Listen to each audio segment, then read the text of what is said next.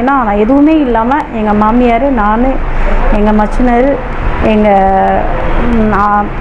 Husband, 2 குழந்தைங்க எல்லாருமே வந்தோம்.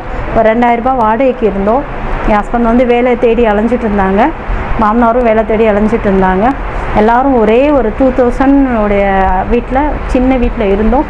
அப்போ வந்து எனக்கு என்ன பண்ணணும்னு தெரியாமல், அவங்க மாமியாரும் வயசானவங்க, மாமனாரும் வயசானவங்க, அவங்களுக்கு நம்ம எதாவது பண்ணணும்னு சொல்லிட்டு ஹஸ்பண்ட் போய் ஒரு சின்ன ஒரு ஆஃபீஸில் போய் ஒர்க் பண்ணாங்க. 4000 நம்ம ஏதாவது பண்ணணும், நம்ம இனிமேல் அப்போ வந்து எப்படின்னா, நான் இதில் இருக்கையில், ராமநாதபுரத்தில் இருக்கையில் எப்படின்னா வடகம் போடுவேன், சின்ன சின்ன வேலைகள் பார்ப்பேன். சொந்தமாக போய்ட்டு வெளியில் மதுரையில் போய் ப்ளவுஸ் பிட்டு, நைட்டி இதெல்லாம் வாங்கி நான் கொஞ்சம் வியாபாரம் பார்த்துருக்கேன். அவங்களுக்கு நம்ம வந்து என்றைக்குமே வந்து கொஞ்சம் துணையாக இருக்கணும். அப்போல்லாம் நல்லா வருமானம் வந்துக்கிட்டு இருந்தால் கூட நமக்கும் நம்ம ஏதாவது அவங்களுக்கு சப்போர்ட் பண்ணணும், நமக்கு தேவையானதை நம்மளே பண்ணிக்கணும்.